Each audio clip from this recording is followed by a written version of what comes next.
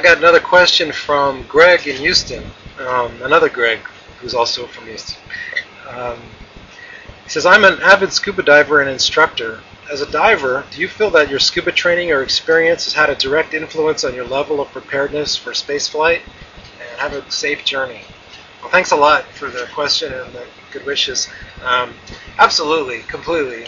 In really funny ways that I didn't expect.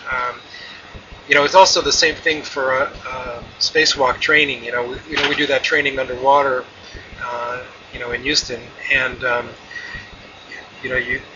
there may be a tendency to try to kick, when you're wearing a spacesuit underwater.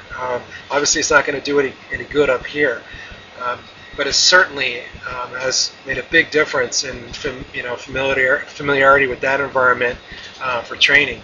But up here inside the space station, I've really noticed it too. The funny thing working in zero G, it's really convenient. You can do things you couldn't possibly do. You can get in positions you couldn't possibly get in to do a task. And when you start thinking in 3D, you come up with a better way to do something.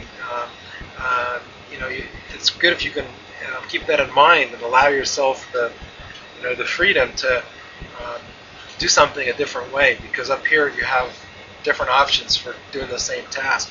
But in the same way, scuba diving. Have you ever done I'm sure you have, any underwater photography? It's a similar kind of thing that, let's say you're trying to take a picture of something underwater, your face is in the camera, you're holding things with your hands, so you don't have your hands free all the time to grab onto things. The current is pushing you, and you're trying to hold your body position, hold the camera still, take the picture, and get it done before you turn too far, the current pushes you too far, you have to readjust everything. It's very much like that up here in zero G. You're trying to do something, and you push on something to get something done. It moves your body a different way, and you're trying to finish the job before you're completely upside down and backwards, and you have to start all over again. So actually, like underwater photography, for example, is good training for this.